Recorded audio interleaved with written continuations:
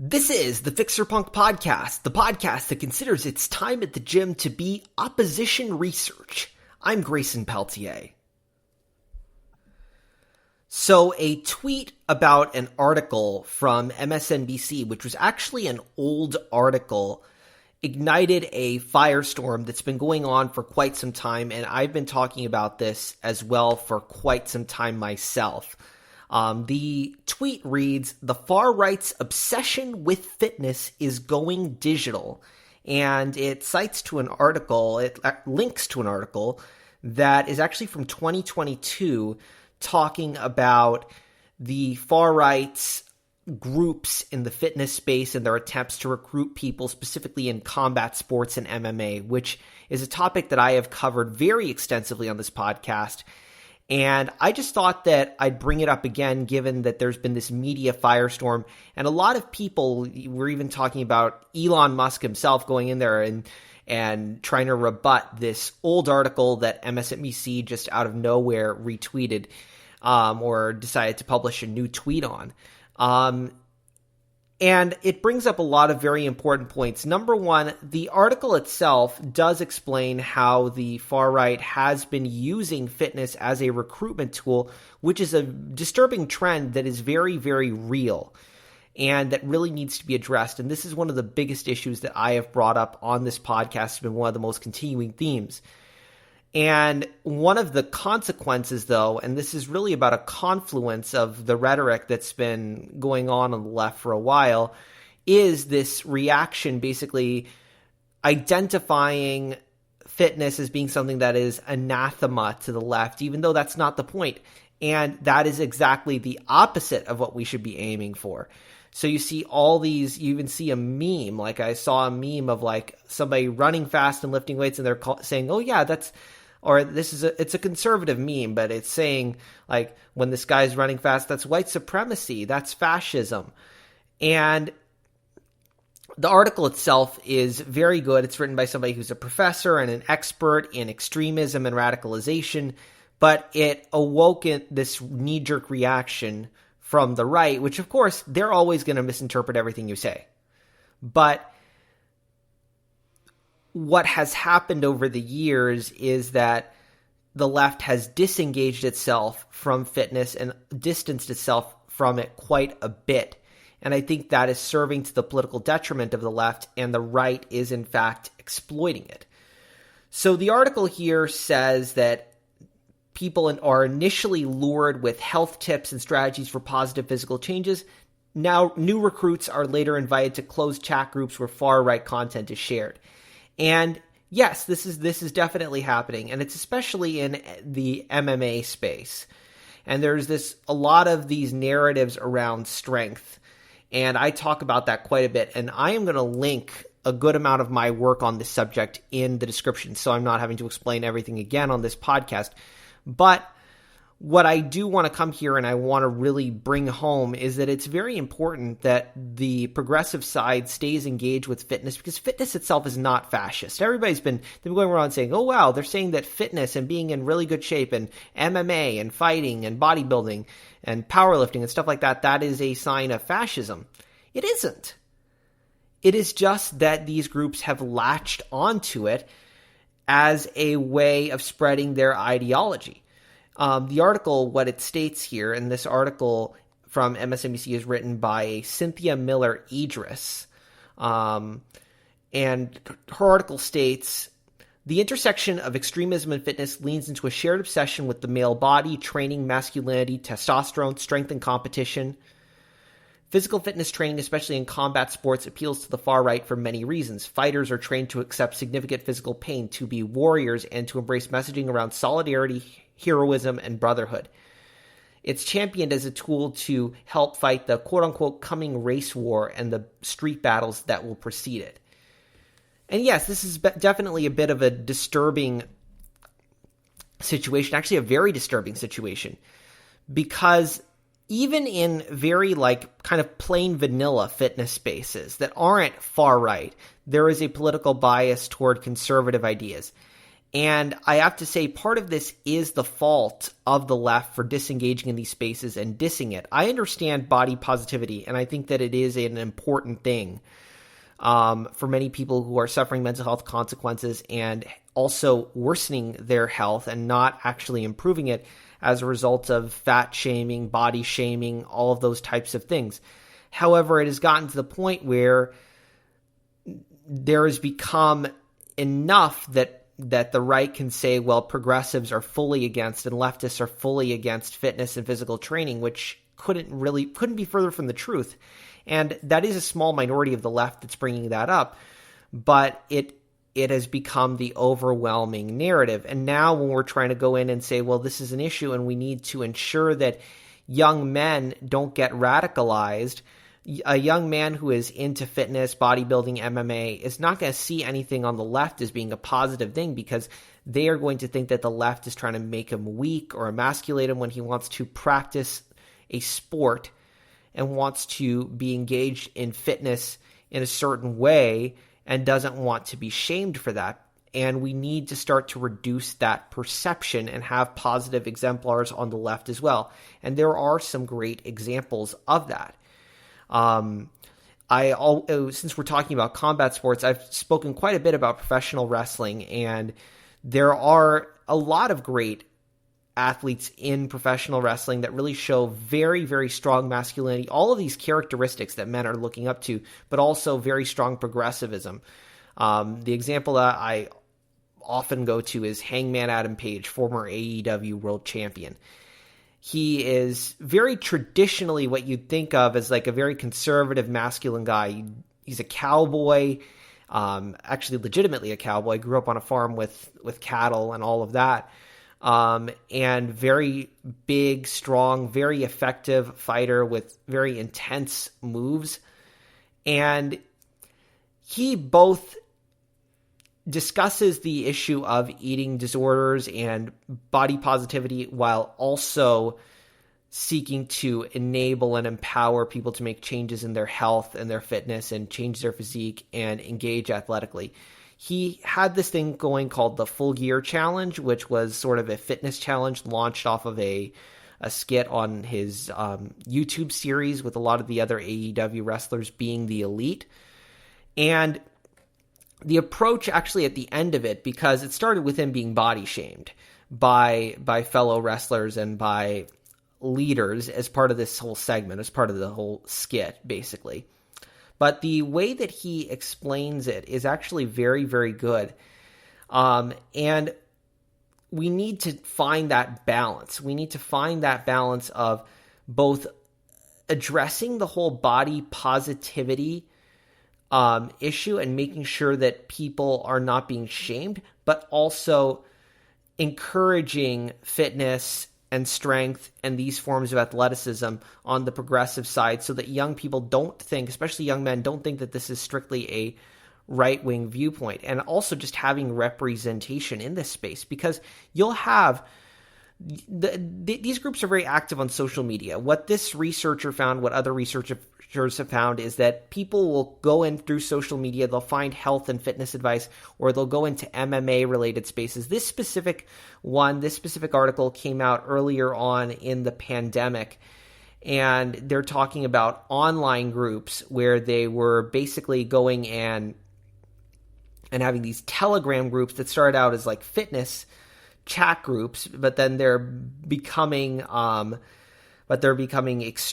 supremacist and extremist groups. And they're giving them these ideas and these things that help them. And the thing is that a lot of the fitness advice may actually wind up working for some of these people. And some of these men will feel very strong, because there's a very, very positive thing to feeling very, very strong. And it changes one's confidence when you change your physique and your health and you start to look and feel stronger. That makes you feel a lot better as a person. I felt it myself as somebody who works out quite regularly. I understand that. And there's also in a component of like strength and a masculine desire to show a certain level of strength and wanting to believe that you can fight and all of that. And those are all things that can be channeled in a very positive way. But these far right groups are channeling it in a very negative way. And of course, physique is a big part of it. I think that obviously, again, body positivity is a very positive thing that we need to have so that people don't feel so bad about themselves, because literally the fat shaming can actually make you gain weight because of all the mental health challenges. But what you have to do is you have to find that balance, and be able to say, yes, it is possible to change your physique. It is possible to bodybuild and work competitively and engage in that as a sport to change your physique and to achieve a more masculine look, to achieve that extremely strong look that looks really good, looks like you could beat somebody up if you're training if you're training for a fight or MMA or any of the combat sports. And I think that this phrase that Adam Page said actually really encapsulates it. So at the conclusion of his whole full gear challenge, where he really improved his fitness and was training for a championship match against a wrestler that is known for having a very, very chiseled bodybuilder physique named Pac, he said, "Let's all keep working to better ourselves, but never forget that you're always good enough for full gear." And full gear is wrestling gear. So that's the ideal here. The ideal here is that you keep working to better yourself, but you always recognize that you're still good enough. And that aim will actually make people feel better long term. And the fact that if we don't just go and say, well, your desire to get in amazing shape, your desire to get bulging biceps and a six pack is toxic masculinity, if we don't just reject it and send people off on their merry way and just keep correcting them like it's some sort of sin, then we have room to give positive narratives that can really benefit men and allow them to become what they want to be while also still accepting where they are right now. And this is something that I think is almost urgent at this point, because she's explaining that in other countries there are already, and this obviously there's a practicality to it. There's a practicality to it as well, or at least a claimed practicality, which is to be able to do self-defense and to physically fight when there are protests and counter-protests and stuff like that. So there have been, according to this article from MSNBC, mixed martial arts and boxing gyms in Ukraine, Canada, and France focused on training far-right nationalists in violent hand-to-hand combat and street fighting techniques. And it's caught the attentions of intelligence authorities. And they're saying that sports associations and gyms in Germany, Poland, and the UK are trying to prevent these things from happening. And it is now coming to the U.S., and one of the examples that she gave is these far-right MMA active clubs, which were launched by some of the people that were behind the deadly Charlottesville Unite the Right rally. Robert Rundo of the Rise Above movement is behind these active MMA clubs. And if we don't intercept these things now, and we don't have a clear alternative, because if you're interested in these things and you want to pursue them, what you're hearing from the left right now is you're just hearing, no, you can't do that. That makes you a bad person. That makes you a bad person. That makes you toxic masculinity. That makes you intolerant. And that couldn't be again, that's not true. So we need to build that alternative and show these exemplars of people who are very progressive and who are both excelling in terms of fitness, bodybuilding, aesthetics, those types of things, and also in the combat sports realm as well. And that's going to be one of the priorities around here at the Fixer Punk podcast. I'm clearly not the person to do it, at least not yet. I'm not the person to do it. But we want to highlight these examples, and we want to create this new narrative around it. And I think one way to do this, to not have it be associated with all these things that certain tendencies on the left will have a knee-jerk reaction to, Because as important as these articles are, as important as these narratives are, they tend to become very polarizing. They tend to get people who are on the right to say, oh yeah, well that means that fitness is a far right thing because you're saying it. It's a self-fulfilling prophecy. Then people who are fit and involved in combat sports are going to wind up on the right because they see it as, oh yes, the left is against this whole package of things. So the messaging has to be very careful around it. One way to view it is to view these things as sort of a creative athletic endeavor. There's definitely been an increase in the use of fitness and gym training in some of the more creative type sports. Like if you're talking about things where you don't necessarily associate it sports that are legitimately sports, but you don't necessarily associate with like fitness and going to the gym and all that stuff like surfing and skateboarding. You can view fitness as a means to a creative endeavor and a means to creative freedom and as to one's ability to basically engage in art with their body. And I think that's one way to frame it that I think could be a way that some people on the left who have these reactions might see it a little bit differently, as it's not a matter of like conformity to a masculine standard, but it's a form of creativity. And I think especially the art form around professional wrestling as compared to, say, something like MMA could also be very beneficial in that as well, because it is a performance art. You are performing something for an audience. You're performing combat for an audience, and the physical appearance of the character is a part of it. Now, that doesn't mean you have to be perfect. I think that there's this really ridiculous old school idea in professional wrestling of that everybody has to look like a bodybuilder, which one of the really positive things about MMA is that's kind of shown us that people who are very, very strong fighters look very differently.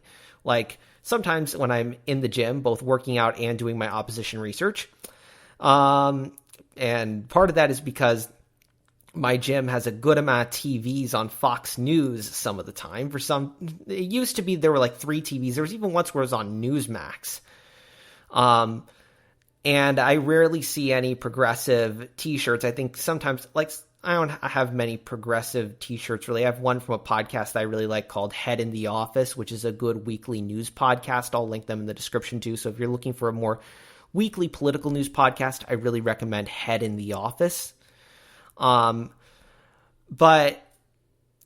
when when I'm not looking at the TV in the gym that has Fox News on it, oftentimes there'll be some sort of MMA fighting on ESPN or one of the random sports channels. And sometimes you'll watch these fights, and sometimes these guys will just not look like they're this extremely jacked figure. They don't all look like Brock Lesnar. Some of them will be really like thinner, and some of them will even be kind of overweight looking with a gut. And MMA is kind of normalizing, oh yeah, a fighter doesn't necessarily have to look in that perfect way that you'd immediately think of. And that's also another way that progressives can be part of the narrative, is understand that being engaged in these types of sports doesn't necessarily mean that you have to 100% conform to that aesthetic and that standard. And it can create a more positive culture where you're not, because there is also an extremism in terms of even fitness outside the political realm. There's an extremism within fitness communities and even within competitive sports in terms of physique and in terms of people being body shamed, even in like racing competition type sports like track and field. There's a whole scandal, especially around women. And in swimming, I was hearing about a whole scandal around skin fold body fat testing.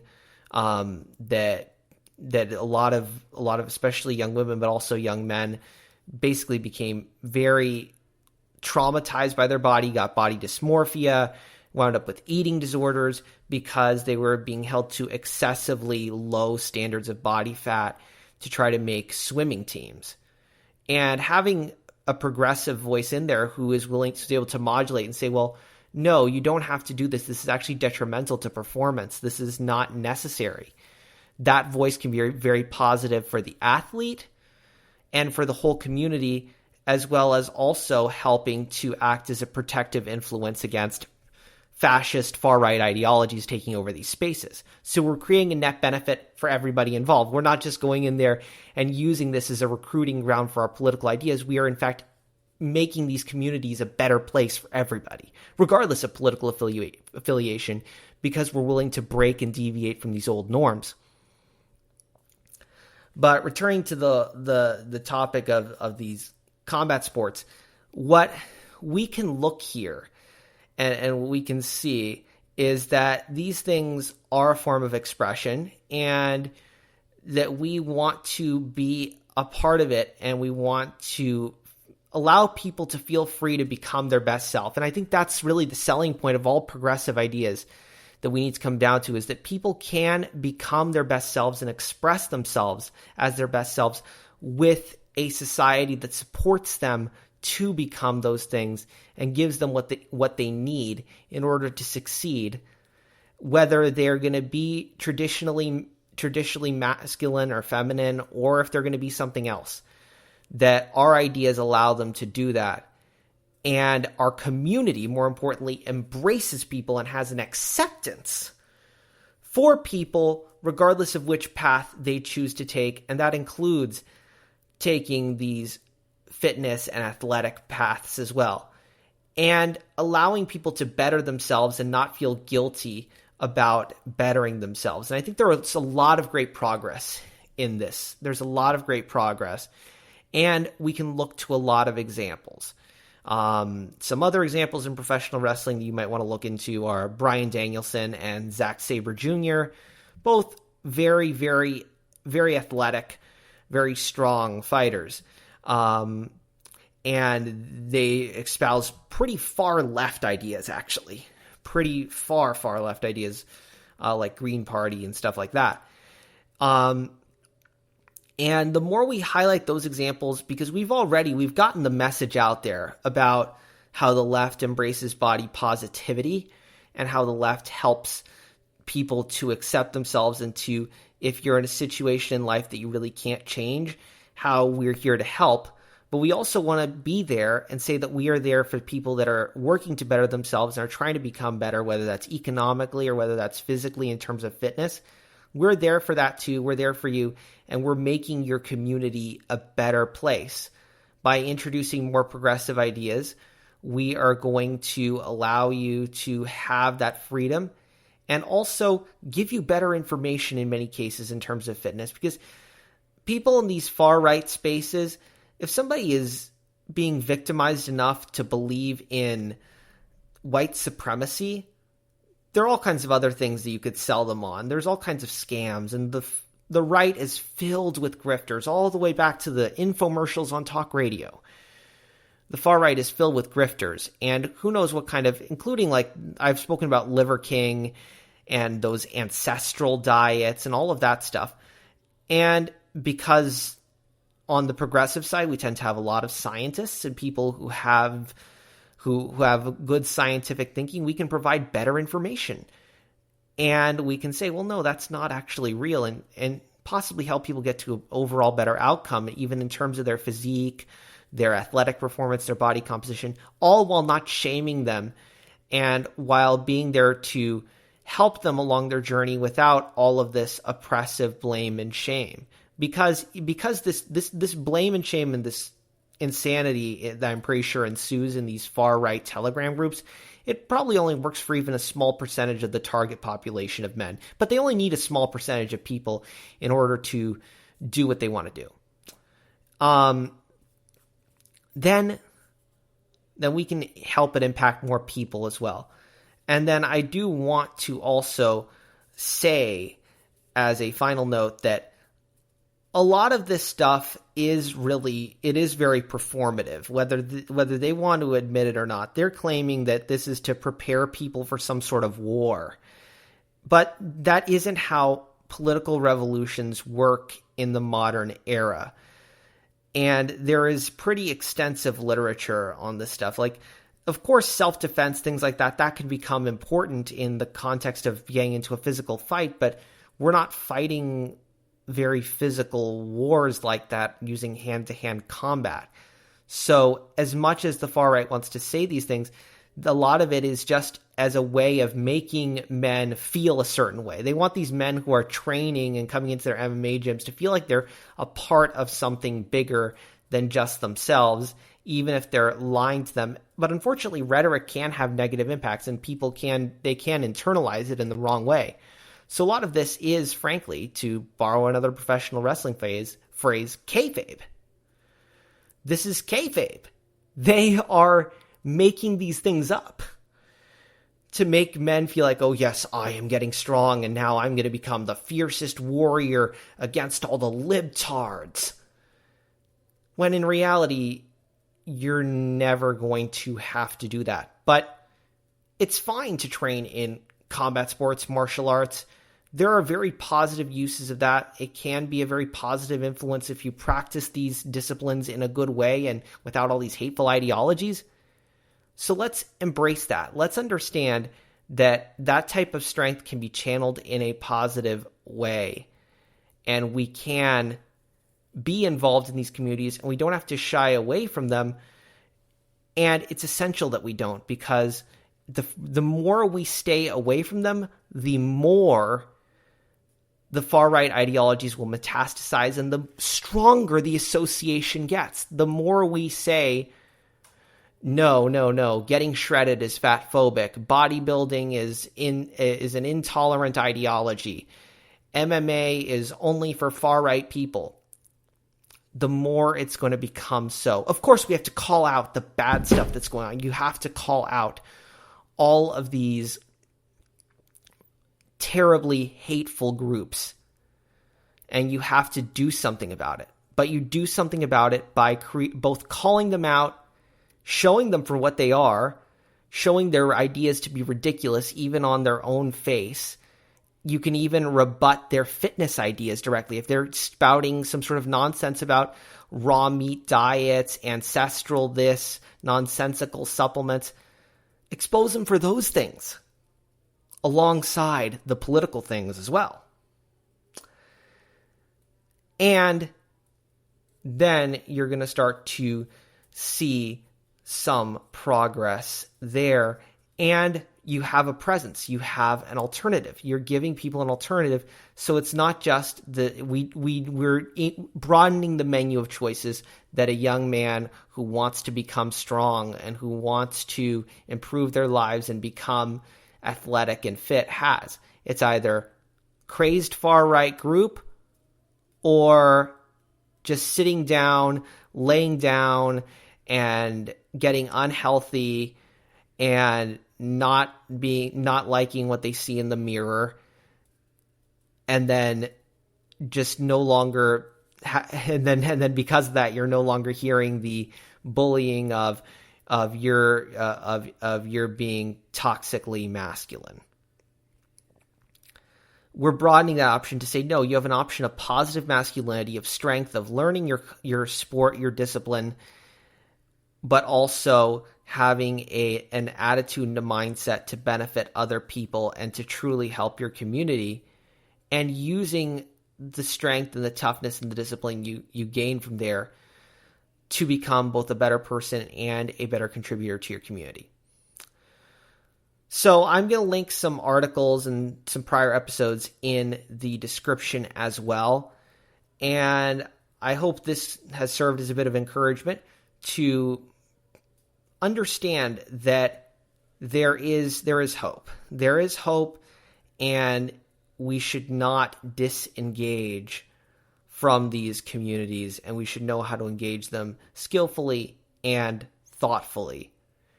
And if you happen to be in the advocacy space, if you are in a political organization or an advocacy organization, and you're looking for some assistance in communicating to specific subcultural audiences, fitness subcultural audiences, combat sports subcultural audiences, or even just overall growing your organization, I'd love to help you. I have a consulting practice, and I work with political and advocacy organizations as well as socially responsible businesses. Maybe you have a business with a positive mission in the fitness space, or you have a business with a positive mission, socially progressive mission in another space, and you want to know how to market with integrity and in line with your values. Please reach out to me at offspeedsolutions.com. That's OFFSPEED solutions.com. I'd love to discuss with you how we can set a plan up to help you succeed. And I thank you for taking the time to listen to this episode. If you like what you heard here, please subscribe. Please follow the social media at FixerPunk, FIXERPUNK, on TikTok and Instagram, on Twitter at Grayson Nation, GREYSON NATION. And I hope you'll join me again for the next episode. Thank you so much for choosing to spend some of your time with me today. This content is for entertainment and general informational purposes only. We do not warrant or guarantee the accuracy of the information herein. It does not constitute medical, financial, legal, or business advice. The listener should not rely solely upon such and consult a competent professional before deciding to follow any course of action. If you suspect any medical or mental health concern, please promptly consult a qualified physician.